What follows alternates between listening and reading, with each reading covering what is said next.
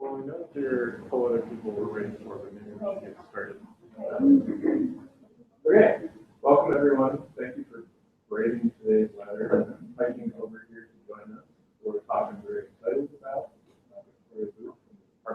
why that matter. Or the fact that it's just math. It's just that. Yeah. In anesthesiology.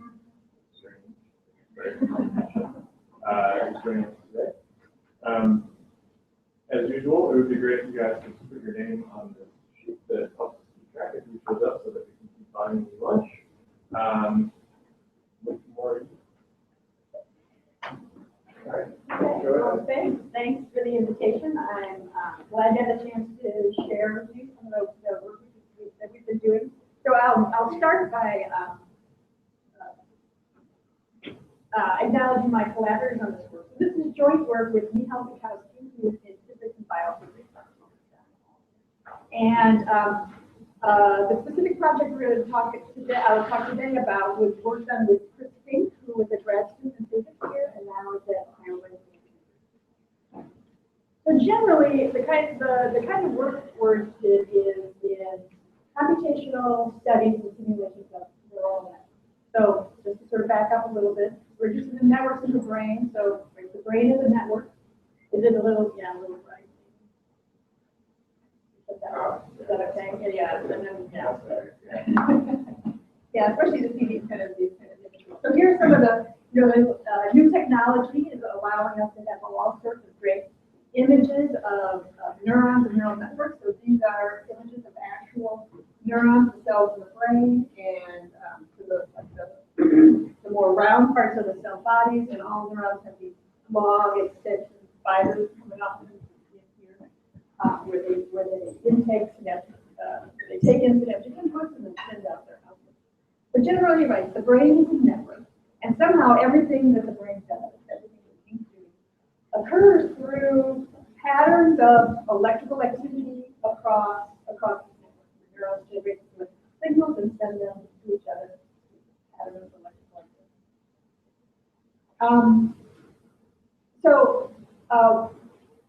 And so generally, the electrical activity in the brain can be affected by a lot of things. Definitely affected by external stimuli, what's coming into the visual system or the auditory system, and things like that. But there's also some internal mechanisms that can change the patterning of activity in the brain network. And one of the strongest, most powerful ones of these internal mechanisms is neuromodulation. So neuromodulation is the expression of certain very strong chemicals that are generated in different parts of the brain. A lot of the parts of the brain where these chemicals are generated are down here in the brainstem. But then they basically deliver these chemicals to all the rest of the brain. And you'll recognize the name of some of these. These names are some of the most powerful neuromodulators: dopamine, serotonin, norepinephrine, acetylcholine, and they're known to affect a lot of behavior, have a lot of behavioral effects in terms of modulating arousal and attention states, reward and pleasure, all these things, and then also sleep, which I'll talk a little bit about. Another sort of piece of evidence to the power of these chemicals on the activity of brain networks is in fact that most drugs of abuse, I mean all drugs of abuse, affect or have their effect on the brain through the same kind of systems that these neuromodulators effect. So, for example, cocaine and methamphetamine, they basically act at the same sites that dopamine acts in the brain. Ecstasy and most drugs for depression act on the same sites that serotonin acts. And nicotine acts through basically the same sites that acetylcholine. So all these naturally occurring neuromodulators, how they affect neurons is target those things. Um, so, oh yeah, so the idea, so basically the idea is, if you think about it, and I'll build up this idea before, that we have this structure, this brain, this neural network structure made up of specific cells that are connected together in some way. But then you can think about this sort of spritzing on of these neuromodulators, and it can change the activity in that same network. Neuromodulation of the network activity. And so neuroscientists, this turns out to be a really tricky problem. And some of the systems that neuroscientists have been using to try and understand what is the action of neuromodulators and how neuromodulators can change the activity of a certain network is in very small, simple neural networks. So for example, one neural network that people have spent a lot of time figuring out and thinking about the neuromodulation of is this what's called the schematic gastric ganglion that's in the crab and lobster. And here's sort of a schematic of it, but it's basically a series of small neural networks, so cells, neurons and connected together in different ways that control the muscle movements of the stomach, in crabs and lobsters. So crabs and lobsters don't have teeth to chew the food, so they intake the food and then the stomach. And so here's a one part of this somatic gastric system called the pyloric network, and it's here, a little schematic. And it's so small that in every crab they know exactly what neurons are there. They pick out the exact ones. So there's a finite number of neurons, and here's a little schematic of this network. So there's these different groups of neurons. These red ones. Some of the cells are called AB, some of the cells are called PB. These blue cells called the LP neurons, and these PY cells called the PY cells. And they all connect to each other in this way. And so generally what this little network does is it moves the muscles, it sends signals to the motor neurons to move the muscles, and their regular activity pattern is this kind of three-phase rhythm, so it's a cyclic rhythm where PB, AB, and PB cells kind of have activity first. So these are voltage traces from the actual cell. Then the LP cells fire, and then the PY cells fire. Sort of this three-phase cyclic rhythm that you move the muscles in this pattern. So, but what's interesting is that this same simple network, so going back, the same simple network where we know all of the connections between all the neurons, and it has the standard kind of rhythmic behavior under normal conditions. Depending on the type of neuromodulator present, the pattern can change significantly. So here's an experiment where they basically just isolated that small neural network of the three cell types. So here are the three traces in all these different panels are the electrical activity, the voltage, and the LP type neurons, and the PD type neurons, and this is the overall output from this little network. So if they disconnect all the sort of inputs to that network, the network is silent. And then they put on all these different kinds of chemicals. So some of these like serotonin and dopamine are the usual neuromodulators, but there's some other neuromodulators that are inherent in that crab system. And you can see that it generates lots of different kinds of firing behavior, not just that standard. So just to give you an idea about this whole, how powerful neuromodulation can be to change a network, a network even though the actual structure of the network this is effective. All right. So, to sum this up, there's this quote that I like from Eve Marder. So Eve Marder, who's at Brandeis, spent her entire career thinking about the schematic gastric.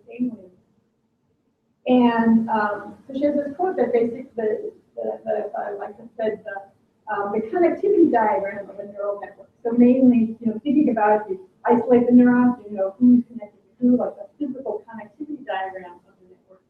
By itself only establishes potential circuit configurations, whose availability and properties depend critically on which of many neuromodulators are present at any given moment.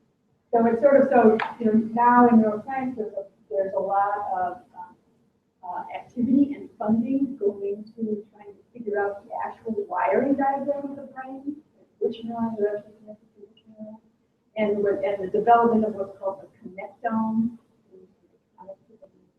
database for the brain. But her point is that that's only going to tell us so much. It's not going to give us full answers to what's going on in neurons. Okay. So, all right. So that's sort of like a context for my talk. But now thinking about, in humans, thinking about neuromodulation in humans, one of the main behavioral states where there's a big change in neuromodulator levels between waking and sleep. And so in waking, generally in the cortex and the higher regions of the brain, there's high levels of all these strong neuromodulators. And then when we fall asleep, and especially in non-rapid eye movement sleep, so the slow wave sleep or deep sleep, not the dreaming stages of sleep. In that stage of sleep, all those neurotransmitters, all the neuromodulators are really low level. And well, so that brings up the question. Well, why do we actually sleep? And it's actually interesting. Sleep is something that basically all mammals do. Basically, all animals do. Fruit flies. So all animals have to sleep, but we don't really know why.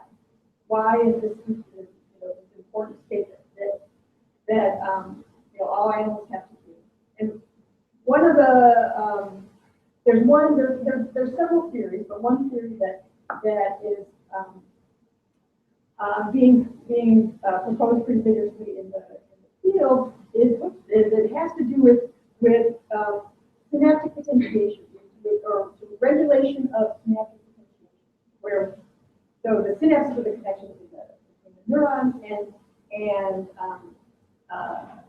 the hypothesis, which I'll talk about, proposes that what sleep does is keeps the synaptic connection sort of within a certain range. So here's the sort of the cartoon for what this hypothesis promotes. It's called the synaptic homeostasis hypothesis, or Csaaw. And it's being proposed by Giulio Tononi and Chiara Corelli at Michigan. So if you Google Csaaw, Tononi, or Csaaw, you'll come up with, there's lots of debate in the literature about this hypothesis.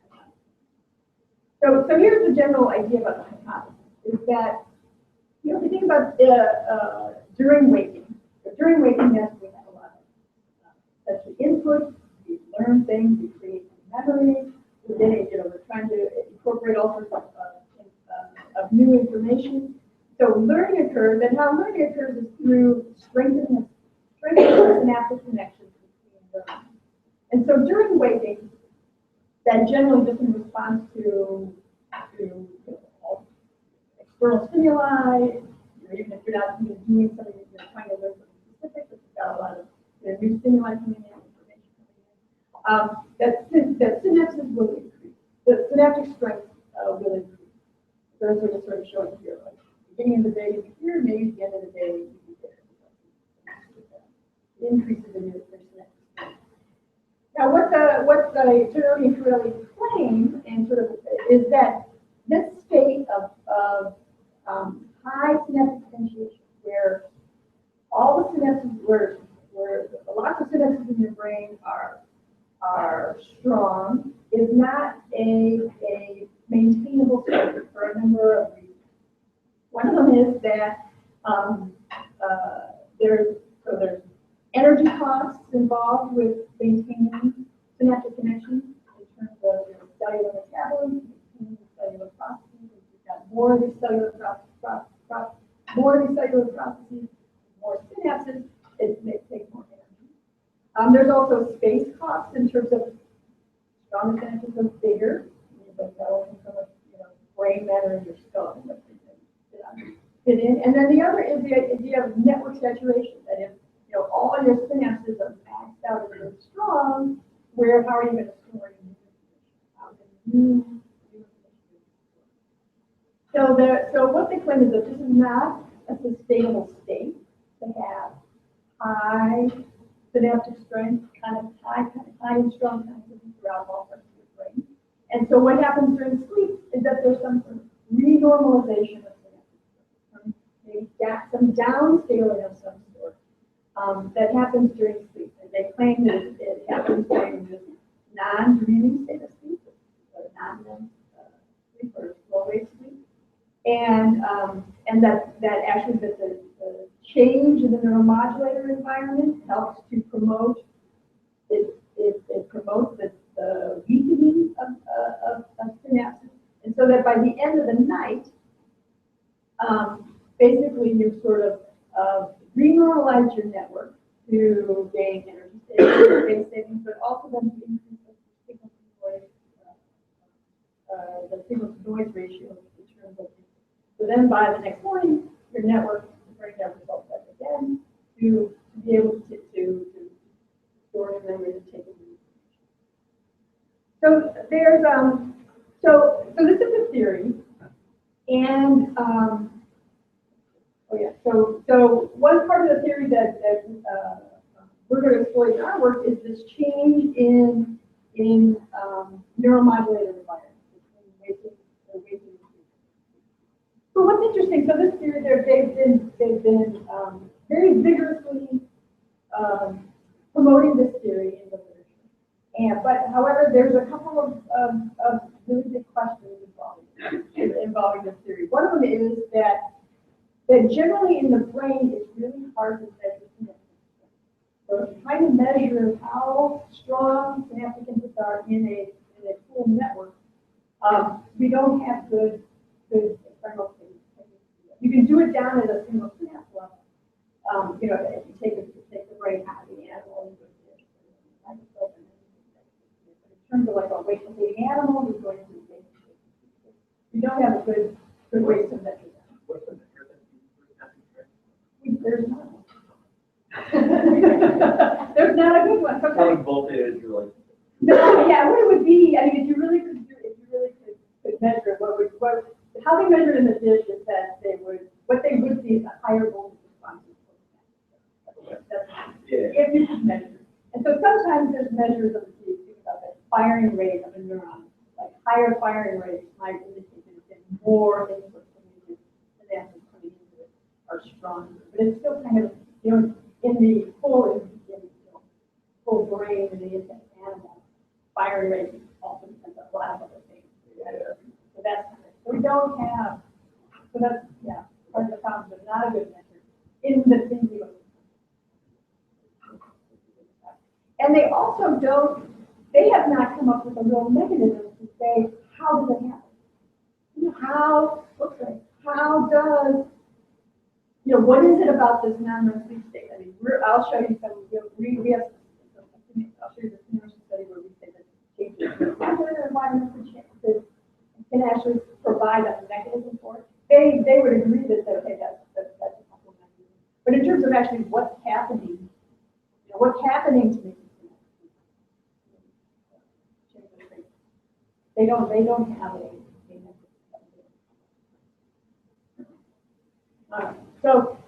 So we did a simulation study of neural networks that proposed a possible mechanism for this sleep-induced synaptic renormalization.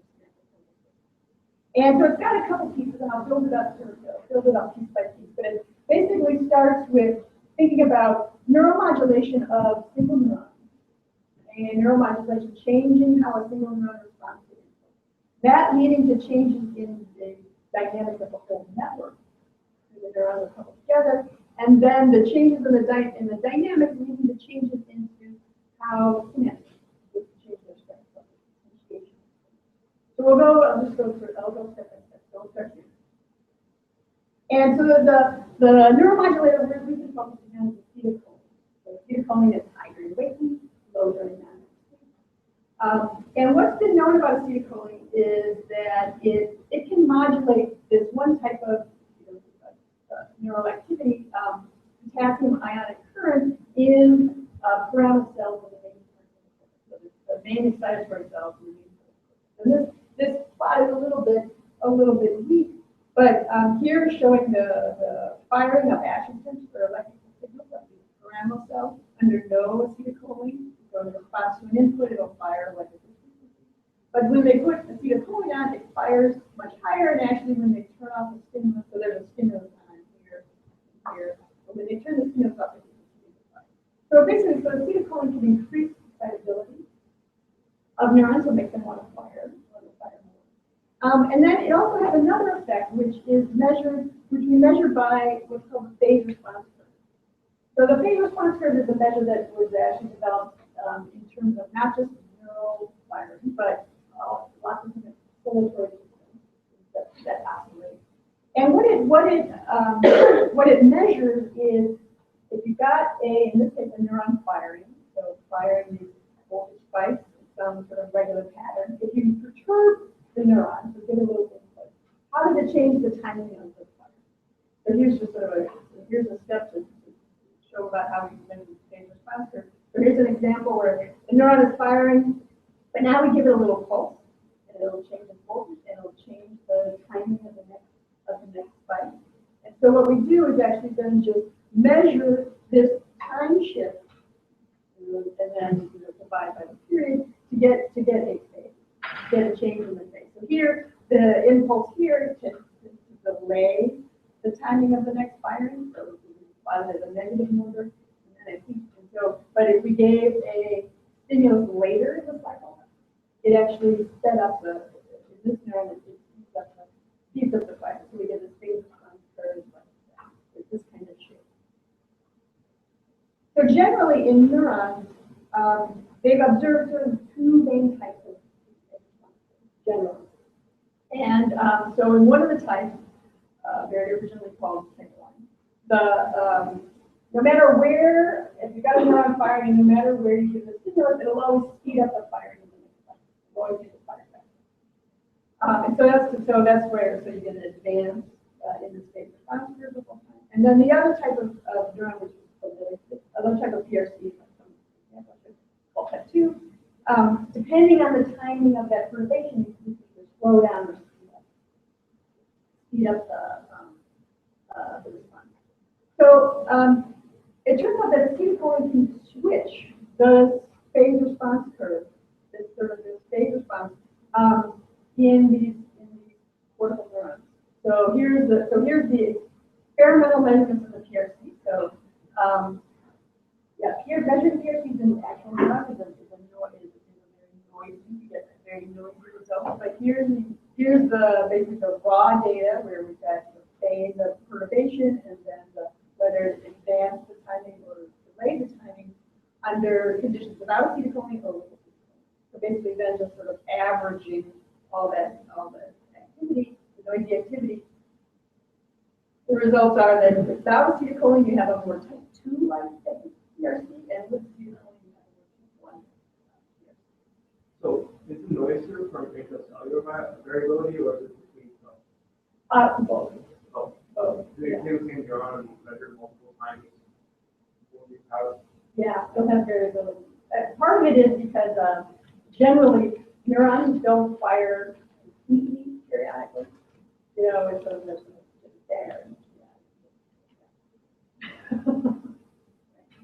So it's interesting, within the cell variability, but then it's across cells.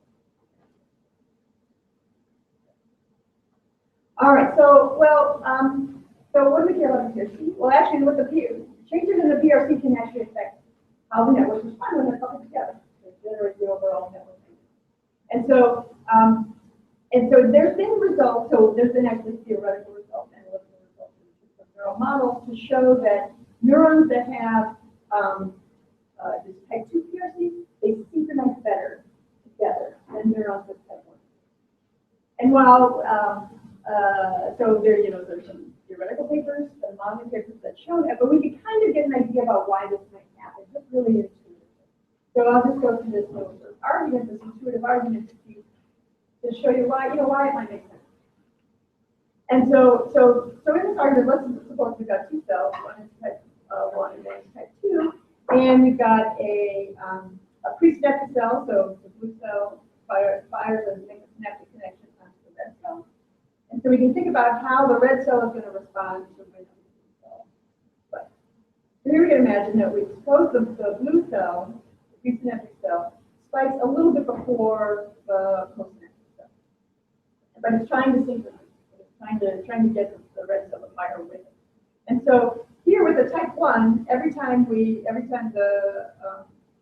doesn't matter whenever the timing of the presynaptic spike, it's always going to make the red cell fire a little faster, fire sooner than it would before. And so in this case, it would make the red cell, the next time the red cell fires, fire a little bit before, which would be closer to the blue cell. And if we have type 2, it'd be the same thing, that here we are, the input is coming late in the phase of the red cells firing, so it also speeds it up. But if the blue cell fires early in the phase, and here now the blue cell is firing just after the red cell, so early in the phase, then if for a type 1, that actually, again, it's going to speed up the firing of the red cell. So when the red cell fires again, it's going to fire even earlier. It's actually going to be farther away from the blue cell. Where versus in a type 2, where now if we're early in the phase, for a type 2 neuron, that's going to delay, slow down the firing. Then it will slow down the firing and then fire closer to the blue cell. So basically, kind of intuitively, we can think about it, since we've got this type 2 kind of response, you can either speed up your firing or slow down your firing depending on when you're getting the input, and you can more easily kind of match up with the firing. Okay, so just all right. So acetylcholine is changing these responses of the cortical cells, and so I said so just to sort of test this and to see if it works in big, large networks. Generally, when we use a neural model where we're stimulating the effects of acetylcholine that change the PRC from type 1 to 2. So we need a big network, 1,000 neurons, 800 cells that are excitatory, meaning the synapses have an excitatory effect based on the cell fire, and 200 inhibitory cells. Because the brain is both excitatory and inhibitory and about the ratio. And so here's our results. So here's some general results. So you put together a network, and with either type 1 behavioral cell or type 2 behavioral cell. And to visualize, neural network activity, we often use this raster plot.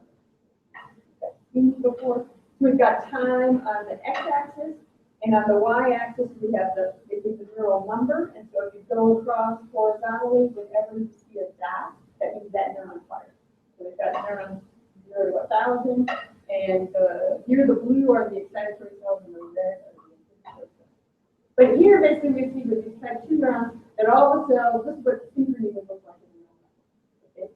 The majority of cells all fire together first, and nobody's firing first.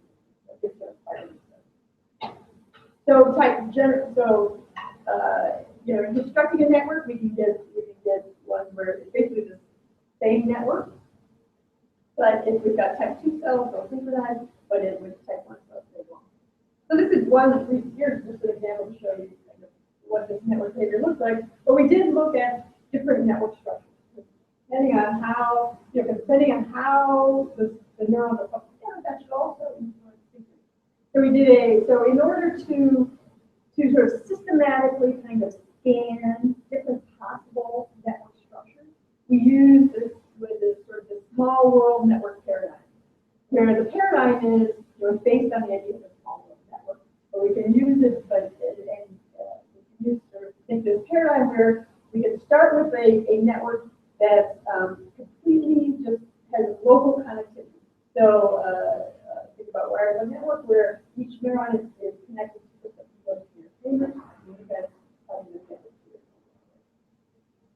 But then what we can introduce is some probability, we call it P, of rewiring a synapse.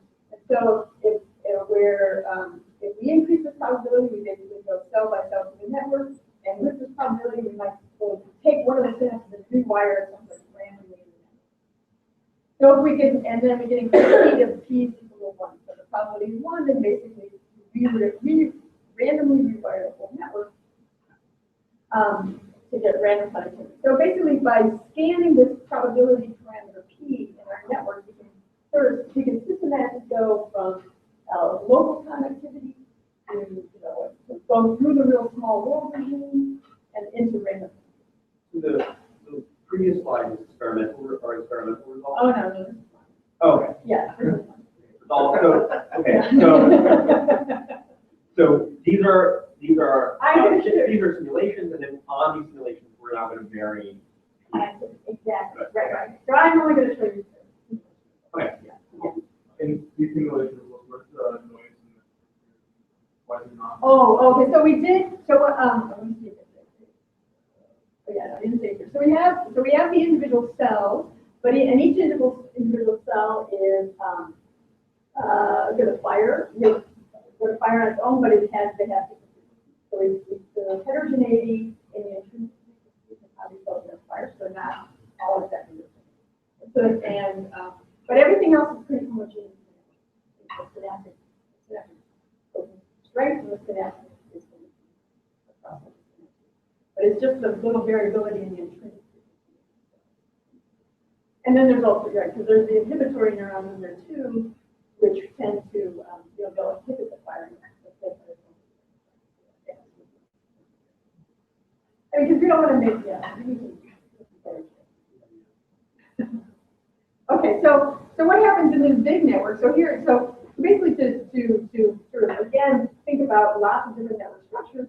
I've got these color plots showing where we're changing the rewiring probability across the bottom and across the x-axis. Across the y-axis, we're changing the synaptic strength, how strong the synaptic are. And then the color code is mean phase coherence, which is a general measure of how for synchrony, but whether or not the relative phase time of firing of individual cells, how coherent is that. And so we see here, so for I have this to show the difference between the connectivity along the y-axis. And so when we're in the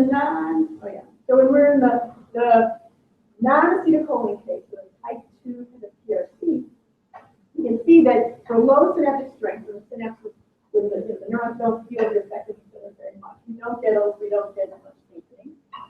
But for strong enough synaptic strength and for a lot of standards and a key density, the rewiring is more random, you can get very, very strong when the neuron goes into the type 2 regime. But when the neuron is in the type 1 regime, with the acetylcholine, then basically we're not getting here. So here is what we're getting across all these different sort of networks, all these different network configurations. We're just getting this. So comparing the two, we can see definitely we're getting that the type 2 can promote synchrony, or the absence of acetylcholine promotes synchrony.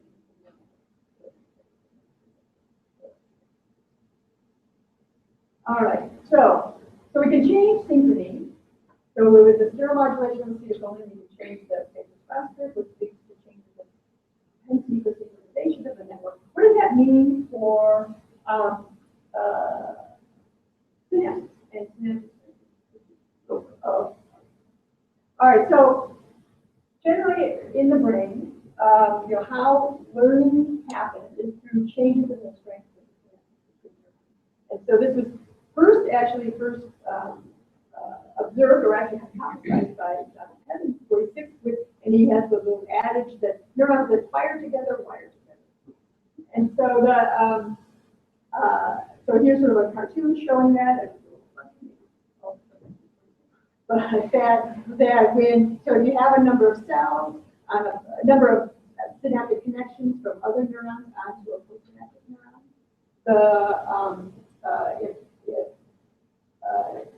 If inputs come in on these, these synapses, and they make the neurons fire, that those will be strengthened. But if inputs come in on this synapse, but it doesn't make the postsynaptic cell fire, then that synapse can be weakened. And so this idea of synaptic potentiation is the building blocks of learning and memory. And there's actually there's different time stages of how long the potentiation can last. So potentiation can occur in response to activity patterns between presynaptic and postsynaptic cells, but it could be transient, where it doesn't last very long, or it could be long lasting. There's a lot of different things that happen that all right, so one type of synaptic cluster is called that we're going to implement in our model, and it has been found in lots of different parts of the brain. It's called spike timing dependent plasticity. And so here's a little cartoon to indicate how this works.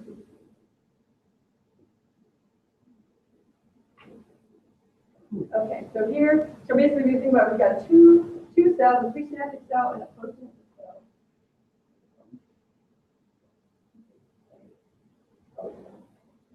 Okay, and so with spike timing dependent plasticity. Okay, well, let's just run this way.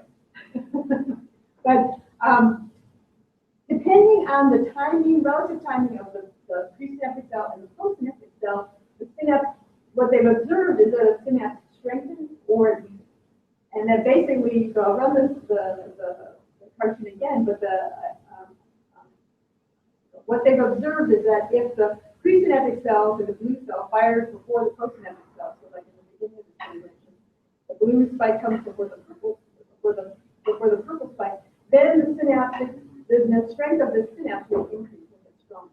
But if they reverse their timing relationship, so that the postsynaptic cell fires before the presynaptic cell, then the synapse will weaken. So that's what this cartoon or this movie is showing. So here in this first part, we've got the blue cell firing before the purple cell, and the synapse strengthens, and then if they switch, so the purple cell fires before the blue cell, the synapse. So that's the general hypothesis. Here's the experimental results on that. So here, what they've got on the x-axis is the time difference between the timing of the postsynaptic cell and the presynaptic cell, the spike timing. And so if that difference is positive, so the postsynaptic cell fired after the presynaptic cell, then they saw strengthening, change in the amplitude of the postsynaptic response, so it increased the postsynaptic response. And the amplitude of that increase decayed if the time difference between the spikes was big. But if the timing relationship was different, with the presynaptic cell fired before the postsynaptic cell. So this has been observed in lots of different areas of the brain. So we implemented this synaptic plasticity rule in our networks. So again, so just a summary of the same kind of network simulations we were doing about the neurons, either type 1 or type 2, and the same, we're again changing scanning over the network connectivity parameters. But now the synapses could change their structure based on this spike timing dependent plasticity rule. So what we also need is some kind of measure to measure what is the overall potentiation, synaptic strength in the network. So we came up with just a really, this is showing the SDP rule, the synaptic potentiation rule. So the idea is you start the network with everybody with all the synapses of the same weight, between some average weight level between 0, if it's the weakest weight, then we cap it at some maximum weight. And then as the network dynamics evolve, and then according to this rule, depending on the timing of spikes between pre and postsynaptic cells, the weights will be incremented either positively or negatively, and we could end up with some distribution.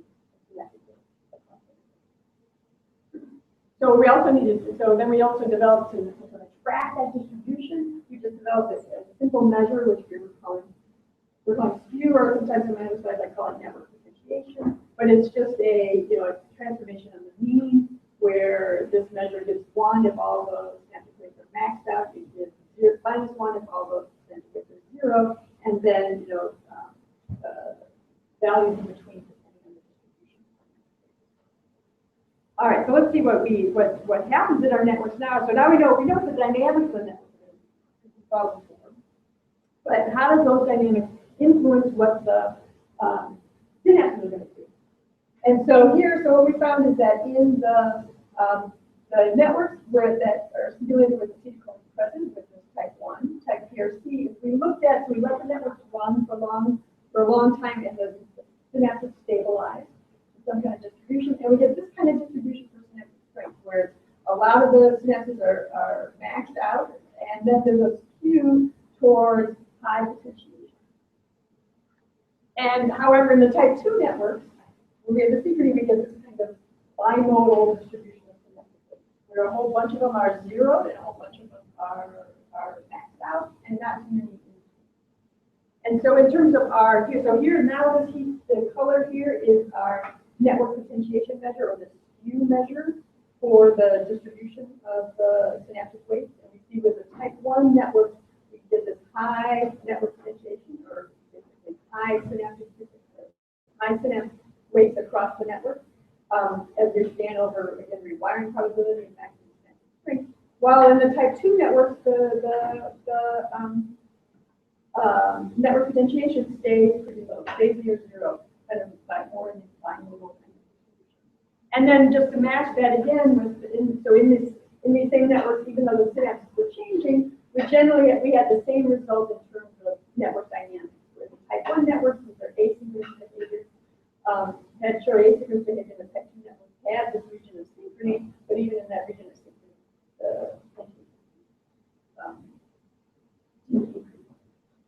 and so then we can imagine, we did a simulation thinking about, okay, during sleep, waking and sleeping, you're switching in between these states of high acetylcholine and no acetylcholine. And we track then the overall network potentiation for, say, when the network, and we can get this switching. Increases in synaptic weight and the overall potentiation during waking, and then decreases.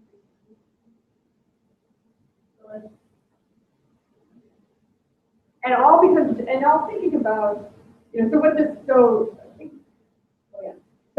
so generally what this mechanism is thinking about we're acting, so a bottom-up mechanism where we're only changing the individual neurons, the individual cells.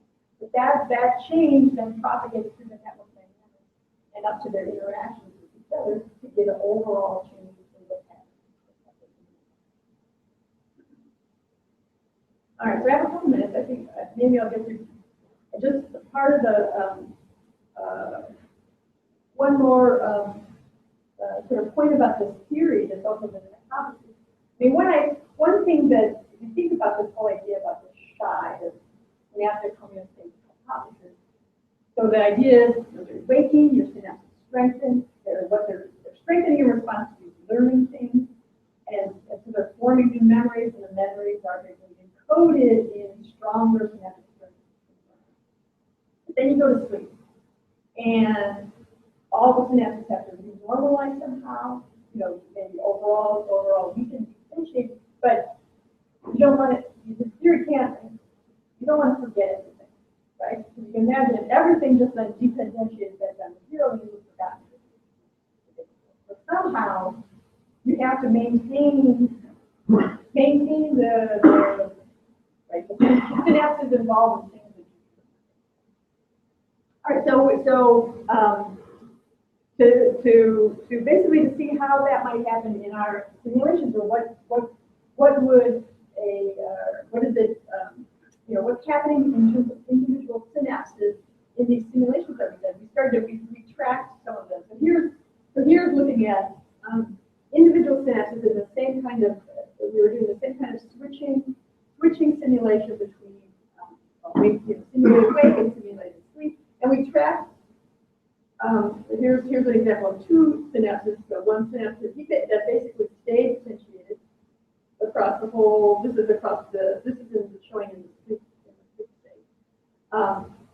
That can stay potentiated during the sleep state. All of the rest of the network is potentiated. But other synapses actually bounce around a lot. They just go, they just weaken or strengthen, they were bouncing around a lot.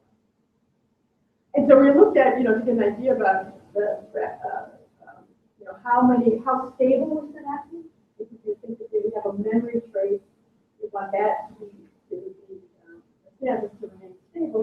We've tracked the standard deviation of the synaptic weight traces across speaking in weight states. And we see basically that there's a large fraction of connections that stay stable, and low standard deviation, but some have pretty high standard deviation. And so to get an idea about, okay, what if we had a memory, say, in our network, our little brain network, we had some kind of memory, something that we wanted, some set of synapses that we wanted that represent, the kind of consistent cell assembly that always wants to fire. So we introduced what we call it a cluster, basically. So within our 1,000-cell network, we chose 100 cells and made the synapses from those 100 cells to the rest of the network stronger, with the idea that this would be some kind of, say, memory trace that if this was activated, then it would have a strong effect on the rest of the network. So this heterogeneity in the network related to a kind of memory. And so then we tracked those synapses involved in that cluster. And what we saw is that overall, so the big line is the overall network potentiation. We still, here again, in this switching from simulated waking to simulated sleep, we would get an overall network increase of network potentiation during waking and decrease during sleep. But depending on the individual synapses, they were either the synapses, the connections from the cluster to the rest of the network, which were our imposed heterogeneity, they could maintain high synaptic strength, where the connections from the rest of the network, the cluster, actually they show us a lot of decrease. So in fact, it's a way. So this is just a quick simulation to show that this mechanism that we propose doesn't, or it can account for the maintenance of heterogeneity or structure within the synaptic. So this is just showing histograms of the standard deviation of the weight, and then the connections from the cluster had low standard deviation, so they stayed their weight maintained, where the rest of the network there was higher variability. So generally, just to sum up, right, we talked a little about neuromodulation and what it can do, and then this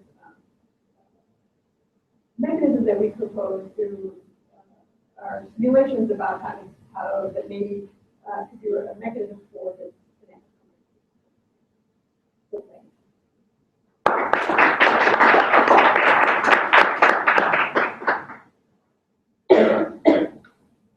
Question about the actual network structure. So, part of the assumption that all these connections are direct, are there also indirect effects in the system?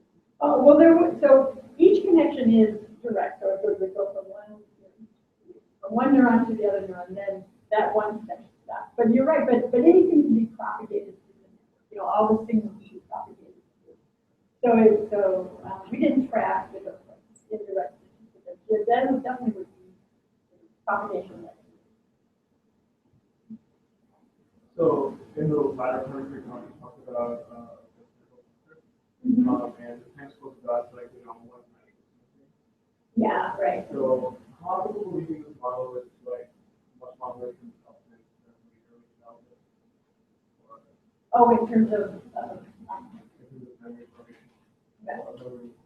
Our memory maintenance kind of thing. Memory maintenance. So so that's a good question. So really the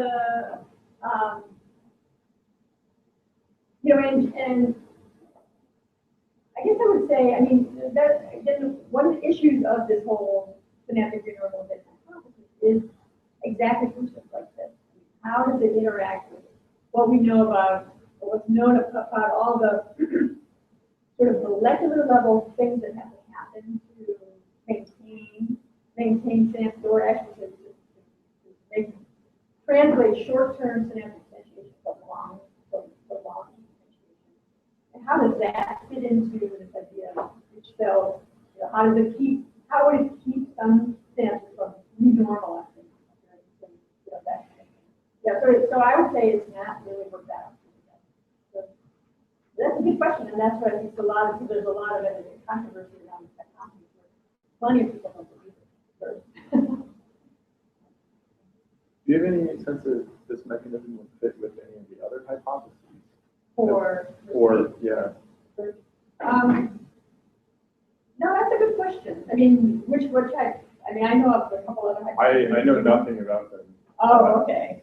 Yeah, one other hypothesis that was more recently proposed is they did an experiment. What they found is that what happens actually during sleep is that the interstitial spacing between cells, so all the space between individual cells in the brain is widened during sleep, and it was thought that helps to actually for cells to flush out and the whole brain tissue to flush out sort of impurities or whatever toxic things or bad folded proteins or all the stuff they want to get rid of, cells want to get rid of during sleep, so that in fact sleep actually is sort of a time for the janitors to come in and kind of sweep out all the cellular muck to keep so the network remains healthy. But yeah, I mean, yeah, I don't know how everything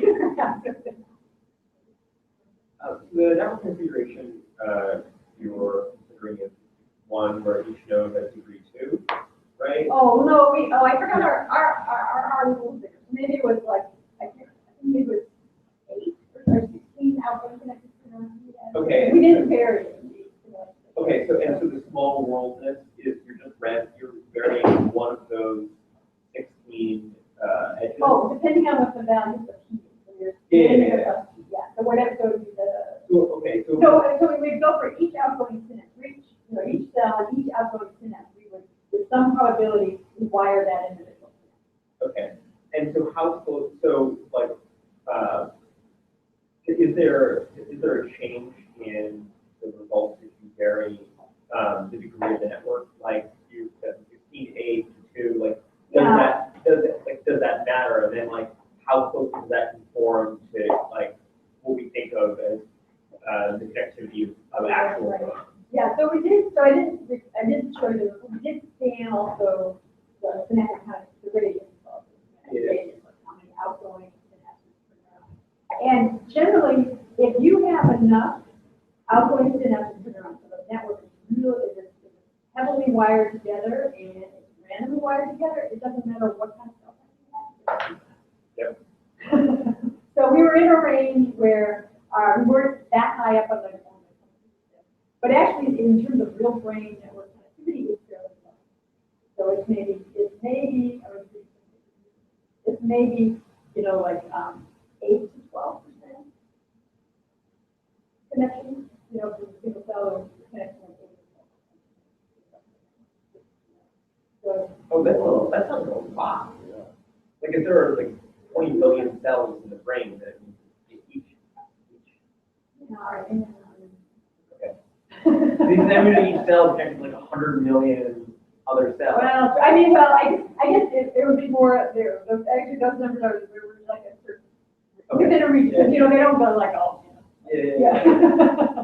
So I think within some spatial. But here, yeah. I mean, we're trying to stay in the region.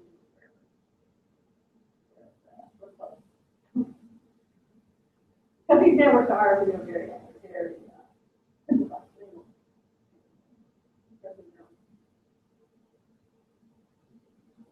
All right. Well, Well, thank you thanks so a much lot. for coming. Thank you.